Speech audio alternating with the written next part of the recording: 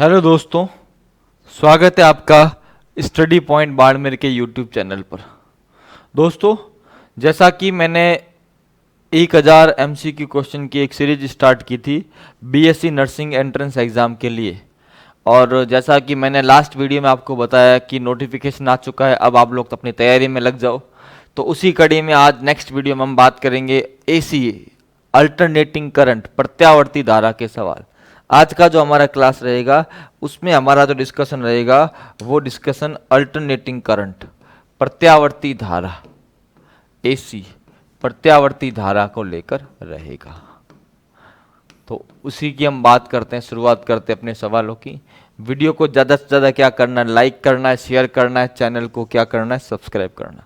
काफ़ी अच्छा रिस्पांस मिल रहा है, काफ़ी सारे लोग वीडियोस देख रहे हैं, पसंद कर रहे हैं। तो अब इसी तरह से आप इसको ज़्यादा से ज़्यादा शेयर करें। शुरू करते हैं आज का पहला सवाल।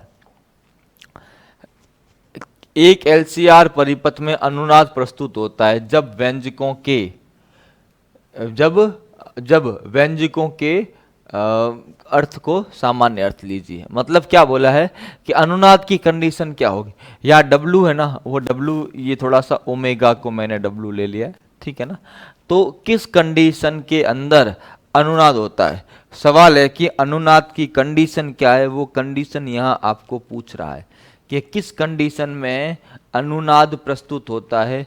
वो कंडीशन हमें यहाँ पर क्या करनी है, बतानी है।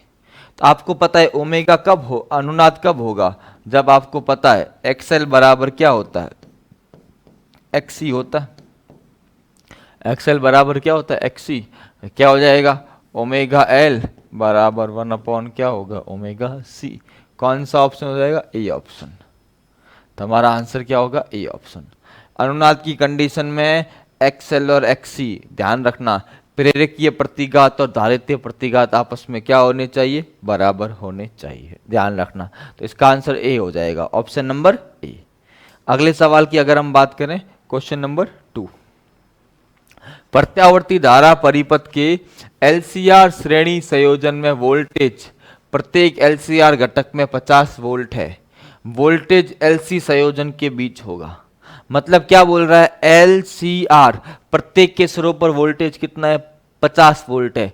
वोल्टेज एलसी संयोजन के बीच में होगा। अब अपने को क्या ध्यान रखना है कि खाली एलसी संयोजन हो तो क्या होगा। क्या बोला है, ये एल, ये सी, सॉरी आर सी, और ये एल। यहां भी 50 है, यहां भी 50 है, यहां भी क्या है, 50। अनुनाद की कंडीशन है, ठीक है, क्योंकि बराबर है, या नहीं ले लो। हमें बोला है इसके सिरों पर 50 है, इसके सिरों पर 50 है, इन दोनों के सिरों पर क्या होगा। तो क्या हो जाएगा, अंडर रूट क्या होता है, V L square minus V C square. इस तरह से जब हम निकालेंगे दोनों बराबर है, आपस में क्या हो जाएंगे, कैंसिल हो जाएंगे। तो कितना आ जाएगा, v कितना आ जाएगा, 0। कितना आ जाएगा, 0 आ जाएगा। तो इस केस में v का आंसर क्या आ जाएगा, 0 आ जाएगा। क्या आ जाएगा, 0 आ जाएगा। तो ये अपने को क्या करना है, ध्यान रखना है। तो यहाँ हमारा आंसर कितना होगा, 0 वोल्ट होगा। ऑप्शन में 0 बिल्कुल है, डी ऑप्शन। क्योंकि वी एल भी देखो, वी आर ये भी 50 है, वी एल ये भी 50 है, और वी सी ये भी 50 है। ये क्वेश्चन में क्या है, गिवन है। ये वाली जो लैंग्वेज है वो क्वेश्चन के अंदर क्या है, गिवन है। लैंग्वेज को थोड़ा सा ध्यान रखें, क्योंकि ज़्यादातर जो मैंने एक नोटिफिकेशन में एक चीज़ थी कि पेपर के अंदर भाषा में अगर हिंदी में त्रुटि होती तो इंग्लिश वाले को प्रायोरिटी देंगे। तो ध्यान रखना, थोड़ा सा हिंदी में लैंग्वेज को थोड़ा सा ध्यान रखें, कुछ शब्द थोड़े से हमको अटपटे लगते हैं। अगला सवाल, प्रत्यावर्ती धारा परिपथ में यदि I और वोल्टेज V या V के बीच कलांतर कितना अल्फा है, तो उसका धाराहीन घटक कितना होगा। I और V के बीच में कलांतर कितना है, अल्फा है। ध्यान रखना, यहाँ पर सिंपल सी बात ध्यान रखनी है, हमें वोल्टेज और धारा के बीच में कला अंतर कितना दिया गया है, 15 वोल्ट दिया गया। कितना दिया गया, 15 वोल्ट दिया गया है। तब हम उस चीज़ को कैसे लेंगे, वो हम लोग क्या करते हैं, समझते हैं। देखो, ये अगर फेजर डायग्राम से समझ सकते हैं, अगर ये V है और ये कितना है, I है। ये कोण कितना है, कोण कितना दिया गया है, अल्फा, ठीक है। अब मुझे बताओ ये कितना होगा, आई कॉस अल्फा, और ये कितना होगा, आई साइन अल्फा। अब ये जो घटक है, इधर हम शक्ति की बात करें तो P बराबर क्या होगा, V I cos alpha into, यहां पर I और V के बीच में कोण कितना है, 0 डिग्री है। देखो इधर इस वाले घटक की बात करते हैं तो P बराबर वी आई कॉस अल्फा, फिर क्या आ जाएगा, कॉस 90, क्योंकि इस केस में I कॉस अल्फा और V के बीच में कोण कितना है, 0, सॉरी 90 नहीं, कॉस 0। तो यह आंसर कितना आ जाएगा, वी आई कॉस अल्फा। और इस वाले घटक को लेके अगर हम बात करें तो P बराबर V I sine alpha into क्या आ जाएगा, कॉस 90, क्योंकि यहाँ पर कोण कितना है, 90 डिग्री, यहाँ कॉस 90 है, यहाँ कितना है, कॉस 0 है। इस केस में P क्या आ जाएगा, 0। तो क्या बोला है कि वाटहीन धाराहीन घटक कौन सा होगा, तो इस वाले में क्या आ रहा है, पावर क्या आ रहा है, 0 आ रहा है, तो ये वाला जो घटक है वो कैसा है, धाराहीन। आंसर क्या होगा, आई साइन अल्फा। आई कॉस अल्फा में तो पावर मिल रहा है, जबकि आई साइन अल्फा के कारण हमको पावर नहीं मिल रहा है, इसलिए इसका मतलब धाराहीन घटक कौन सा होगा, आई साइन अल्फा। पूरा मैंने आपको यहां पर कंप्लीट बता दिया है। इसका आंसर क्या रहेगा, इसका आंसर रहेगा आई साइन अल्फा। क्या आंसर रहेगा, आई साइन अल्फा। क्लियर है, आगे बात करते हैं सवाल नंबर, नेक्स्ट हम बात करते हैं 3 हो गया, 4 को लेके। यदि किसी प्रत्यावर्ती धारा परिपथ की यथार्थ और आभासी शक्तियां क्रमशः पीटी और पीए, ये ऐसा है पीटी और पीए, ध्यान रखना ये पीटी है ना, ये इसकी जगह ये है पीटी और इसकी जगह क्या है, पीए। तो क्या बोला है, शक्ति गुणांक क्या होगा, शक्ति गुणांक होता है कॉस थीटा या कॉस फाई, और वो क्या होता है, पीटी बटा क्या होता है, पीए। ध्यान रखना सीधा शक्ति गुणांक का फॉर्मूला है पीटी बटा क्या होता है, पीए। हमेशा ध्यान रखना जब भी आपको पूछे शक्ति गुणांक क्या होगा, हमेशा दिमाग में ध्यान रखना पीटी बटा पीए। दिमाग में ये चीज हमेशा ध्यान रखनी है, पीटी बटा पीए, पीटी बटा पीए बराबर कॉस थीटा या फाई जो भी होगा। तो ये चीज अपने को ध्यान रखनी है, ठीक है। तो आंसर क्या हो जाएगा, ए हो जाएगा। नेक्स्ट, किसी प्रत्यावर्ती धारा परिपथ में धारा और विभवांतर के बीच कलांतर थीटा है तो शक्ति गुणांक कितना होगा, अभी बताया शक्ति गुणांक क्या होगा, कॉस थीटा। क्या होगा, शक्ति गुणांक कॉस थीटा। हमेशा ध्यान रखना शक्ति गुणांक का फॉर्मूला क्या होता है, कॉस थीटा। दिमाग में हमेशा ध्यान रखना है, ठीक है ना, क्योंकि यहां पर देखो एक यथार्थ शक्ति है रियल और एक आभासी अपेरेंट, ध्यान रखना। तो उनका जो रेशियो होता है वही हमारा क्या होता है, कॉस थीटा। इसी को हम लोग क्या कहते हैं, शक्ति गुणांक कहते हैं। तो दोनों सवालों के रूप में आपको इसको क्या करना है, ध्यान रखना है, गड़बड़ नहीं हो जाए, ठीक है। नेक्स्ट, चौक कुंडली का कार्य सिद्धांत निम्न पर आधारित है। मतलब चौक कुंडली किस सिद्धांत पर कार्य करती है। चौक कुंडली जो होती है ना, नीचे चौक लगी होती है जिसके अंदर क्या होती है, कुंडली होती है। अब सिंगल कुंडली है तो वहां पर कौन सा सिद्धांत होगा, स्वप्रेरण। स्वप्रेरण को क्या कहते हैं, सेल्फ इंडक्शन। तो ये किस पे काम करती है, स्वप्रेरण सेल्फ इंडक्शन के सिद्धांत पर क्या करती है, कार्य करती है। हमेशा ध्यान रखना चौक कुंडली किस पे काम करती है, स्वप्रेरण के सिद्धांत पे क्या करती है, कार्य करती है। हमेशा इस बात को आपको क्या करना है, ध्यान रखना। जब ऊंचाई परिमापित्र में कुंडलियों में फेरों की संख्या प्राथमिक में n1 है, थोड़ा सा ये ध्यान रखना, और द्वितीयक में कितना n2 है। परिमापित्र मतलब यहां पर ट्रांसफॉर्मर है, ध्यान रखना। यहाँ पर क्या है, थोड़ा हिंदी के अंदर इसके कारण क्या हो गया, थोड़ा सा लैंग्वेज में इशू आ गया।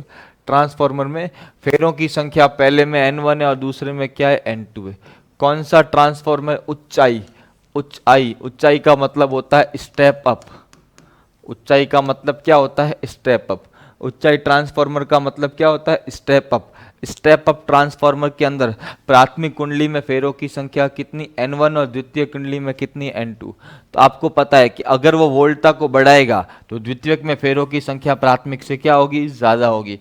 N1 का मान N2 से कम होगा या N2 का मान N1 से क्या होगा? ज्यादा होगा। क्योंकि ट्रांसफार्मर कैसा है? Step up. स्टेप अप मतलब क्या होता है? ऊंचाई जो वोल्टेज को क्या करता है? बढ़ाता है। वोल्टेज को बढ़ा के धारा के मान को क्या कर देगा? कम कर देगा।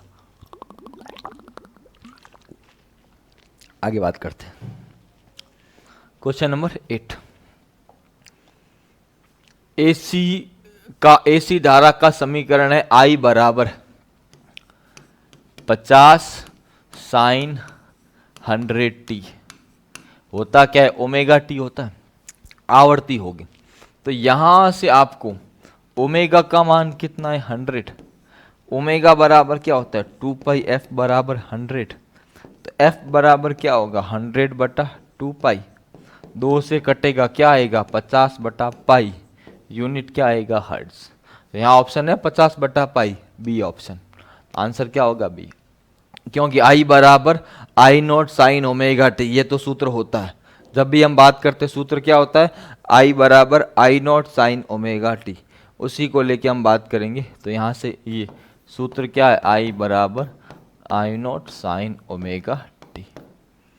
ठीक है, तो ये तो क्वेश्चन नंबर हो गया 8। Question number 9। युक्ति जो वोल्टता को बढ़ा देती है उसे क्या कहते हैं? वोल्टता को बढ़ाने वाली युक्ति जो वोल्टेज को क्या कर रही है? बढ़ा रही है। तो वोल्टेज को बढ़ाने के लिए क्या काम में आता है? ट्रांसफार्मर। अब यहाँ वोल्टेज को बढ़ाने की बात करिए तो कौन सा ट्रांसफार्मर? ऊंचाई ट्रांसफार्मर। सी ऑप्शन ज्यादा करेक्ट है। ट्रांसफार्मर भी होता है पर ट्रांसफार्मर में कौन सा? जो वोल्टेज को बढ़ाता है, ऊंचाई। अगर ऐसा बोलता है वोल्टेज में परिवर्तन करता है, सवाल अगर ऐसा होता युक्ति जो वोल्टेज में क्या करती है? परिवर्तन लाती है, तो परिवर्तन तो ऊंचाई अपचाई दोनों ही लाती है। उस केस में नॉर्मल आंसर हम लोग क्या लेते हैं? ट्रांसफार्मर। पर हमें स्पेसिफिक बोला है वोल्टेज बढ़ाने का काम करता है ऊंचाई, वोल्टेज कम करने का काम करता है अपचाई। स्टेप अप और स्टेप डाउन ध्यान रखना। कितने सवाल हो गए? 9 सवाल। आगे बात करते हैं सवाल नंबर 10। एलसी परिपथ की प्राकृतिक आवर्ती किसके बराबर है? ध्यान रखना। तो आपको पता होना चाहिए प्राकृतिक आवर्ती, नेचुरल आवर्ती क्या होती है? 1/2 पाई अंडर रूट LC।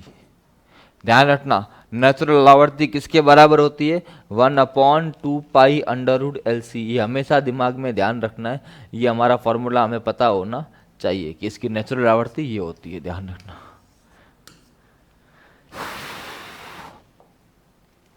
एलसी परिपथ की दोलन की आवर्ती एफ है। यदि धारिता एवं प्रेरकत्व दोनों दुगुना कर दिया जाए तो उसकी आवर्ती क्या? अब देखो दोलन की आवर्ती हमको क्या दी हुई है? एफ दी हुई है। एफ बराबर क्या है? 1/2 पाई अंडर रूट LC। और एफ डैश अब क्या बोला है? कंडीशन क्या दी है? कंडीशन दी है कि धारिता एवं प्रेरकत्व दोनों को क्या कर दिया जाए? दुगुना। यहाँ एक शब्द है, दोनों को क्या कर दिया जाए? दुगुना कर दिया जाए। तो क्या हो जाएगा? 1/2 पाई अंडर रूट 12 2C। 2 और 2 क्या हो जाएगा? 4। वर्गमूल कितना होगा? 4। वर्ग 4 हो जाएगा, 4 का वर्गमूल 2। तो 1/2 into 2 pi under root LC। और ये किसके बराबर है? ये वाला जो है ना, ये किसके बराबर है? F के बराबर है। तो F डैश बराबर क्या आ जाएगा? F बटा क्या आ जाएगा? 2। तो नई आवर्ती कितनी हो जाएगी? नई आवर्ती F बटा 2 हो जाएगी। कितनी हो जाएगी? F बटा 2। तो हमारा आंसर क्या होगा? हमारा आंसर होगा F बटा 2। Option number D. आंसर क्या होगा? F/2। कलम्बा। आगे बात करते हैं। ठीक है, ये सॉल्यूशन भी है। यदि LCR परिपथ में L कितना है? 8 हेनरी, C 0.5 माइक्रोफेरेड, R 100 ओम, श्रेणी क्रम में अनुनादी आवर्ती। फॉर्मूला क्या होता है? 1/2 पाई अंडर रूट LC। अब देखो एक जगह है रेडियन प्रति सेकंड, एक जगह है हर्ट्ज। ये कब होगा? जब हर्ट्ज निकालेंगे, या ये भी फॉर्मूला है। अब देखो दोनों में कौन सा आंसर हमारे सेट बैठता है। तो अगर आप पहले ये निकालें, 1/L कितना है? L है 8। L कितना है? L है 8। और C कितना है? 0.5 माइक्रोफेरेड। 0.5 इंटू 10 की घात -6। 10 की घात कितनी है? -6। तो ओमेगा, अब देखो इसको मैं नए पेज पे ले जाता हूं। ओमेगा बराबर 1/√8 इंटू 0.5 इंटू 10 की घात -6। -6 वर्गमूल से बाहर आते ही क्या होगी? -3। 1/10 की घात -3 इंटू क्या हो जाएगा? 8 इंटू 0.5 4। 4 का वर्गमूल कितना होता है? 2। तो 1/10 की घात -3 इंटू 2। ये 10 की घात -3 ऊपर जाते क्या होगा? +3। +3 का मतलब क्या हो गया? 1000। 1000/2 क्या आ गया? 500 रेडियन प्रति सेकंड। अब यहां देखो ऑप्शन में 2 500 है। ये समझ में आया? ये क्लियर है ना? अब ऑप्शन चेक करो, ऑप्शन में ये भी 500 है, ये भी है। ये हर्ट्ज के लिए, आवर्ती के लिए, और ये कोणीय आवर्ती के लिए, और हमने ये वाले सूत्र से निकाला है। इस वाले सूत्र से 500 आता ही नहीं। तो हमारा आंसर कौन सा होगा? इस केस में आंसर होगा बी। ध्यान रखना, 500 रेडियन प्रति सेकंड। बहुत बार ऑप्शन के साथ भी गड़बड़ करता है, बहुत बार सब एग्जामिनर सवाल इस तरह का पूछ के ऑप्शन के साथ भी बहुत बार झोल करता है। तो ये भी आपको क्या करना है? ध्यान रखना है कि हमें उसके इस तरह से फंसना नहीं है। जो भी है उसको एकदम क्या करना है? अच्छे से चीज़ों को क्या करना है? समझना है, ताकि प्रॉब्लम ना आए। क्लियर? आई थिंक समझ में आ रही है सबको बात। सवाल नंबर 13। एक चौक कुंडली का व्यवहार परिपथ में धारा को नियंत्रित करने के लिए किया जाता है, केवल एसी में, क्योंकि स्वप्रेरण होता है। और प्रेरण केवल किस में होता है? एसी में। क्योंकि धारा परिवर्तन होगा तभी स्वप्रेरण या अन्योन्य प्रेरण होगा। डीसी में तो धारा बदलती नहीं है, तो वहां पर स्वप्रेरण या अन्योन्य प्रेरण नहीं होता है। तो यहाँ हमारा आंसर क्या होगा? केवल एसी परिपथ में। चौक कुंडली केवल एसी परिपथ में अपना काम कर पाती है। Question number 14। एलसीआर परिपथ में धारिता को C से बढ़ाकर 4C कर दिया जाए, समान अनुनादी आवर्ती के लिए प्रेरकत्व को कितना करना है? तो F बराबर 1/√2πLC। अगर आप धारिता को C से क्या करोगे? 4C, तो इसको L से क्या करना पड़ेगा? L/4। 4 से 4 क्या होगा? कैंसिल। तो हमारा आंसर क्या होगा? L/4। अब यहाँ थोड़ा सा लोचा है, ये जो है ना, ये फोर्थ ऑप्शन, ये फोर्थ ऑप्शन एक्चुअली L/4 है। तो इसका आंसर क्या होगा? डी ऑप्शन है। और डी ऑप्शन क्या है? L/4। क्योंकि हमें समान आवर्ती रखनी है, तो अगर मैं धारिता को 4 गुना करूंगा तो जो प्रेरकत्व उसको कितना करना पड़ेगा? 1/4 गुना। कितना करना पड़ेगा? 1/4 गुना करना पड़ेगा।